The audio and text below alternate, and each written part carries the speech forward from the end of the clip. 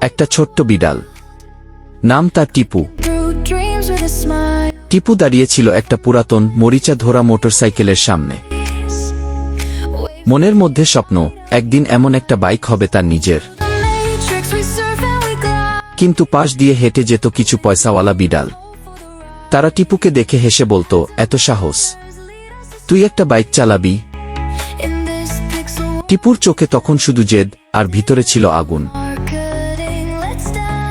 সেই দিন থেকেই টিপু শুরু করল কাজ। কখনও কাঠমিস্ত্রির কাজ, কখনও রাজমিস্ত্রির। সকাল থেকে সন্ধ্যা, কাঁধে ঝুলি, মুখে ঘাম, রাস্তার পাশে দাঁড়িয়ে ছোট ছোট জিনিস বিক্রি করত সে। দিন যায়, রাত যায়, টাকা জমে। একদিন অবশেষে নিজের পরিশ্রমে কিনে ফেলল সে একটা ঝোপঝোকে মোটরসাইকেল। এখন টিপু সেই বাইকে চড়ে ছুটে বেড়ায় রাস্তা জুড়ে। আর যেসব বিড়াল আগে তার স্বপ্নে হাসত, তারা এখন চুপচাপ তাকিয়ে দেখে অবাক হয়ে। স্বপ্ন দেখে লাভ নেই, পরিশ্রম করে দেখাও। এটাই টিপুর গল্প। এরকম আরও নতুন নতুন ভিডিও বা কাহিনী গল্প দেখার জন্য আমাদের পাশে থাকুন। ধন্যবাদ।